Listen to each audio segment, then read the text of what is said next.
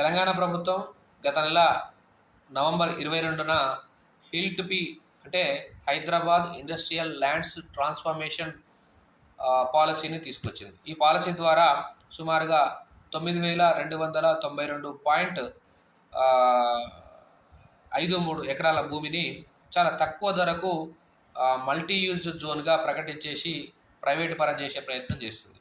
ఓ పక్క ఎకరం 151 కోట్ల రూపాయలకు అమ్ముతున్నటువంటి పరిస్థితుల్లో మరోపక్క చాలా తక్కువ ధరకు ప్రైవేటు వ్యక్తులకు ఈ భూమిని రియల్టర్లకు అమ్మేటువంటి ప్రయత్నం చేస్తుంది తెలంగాణ ప్రభుత్వం.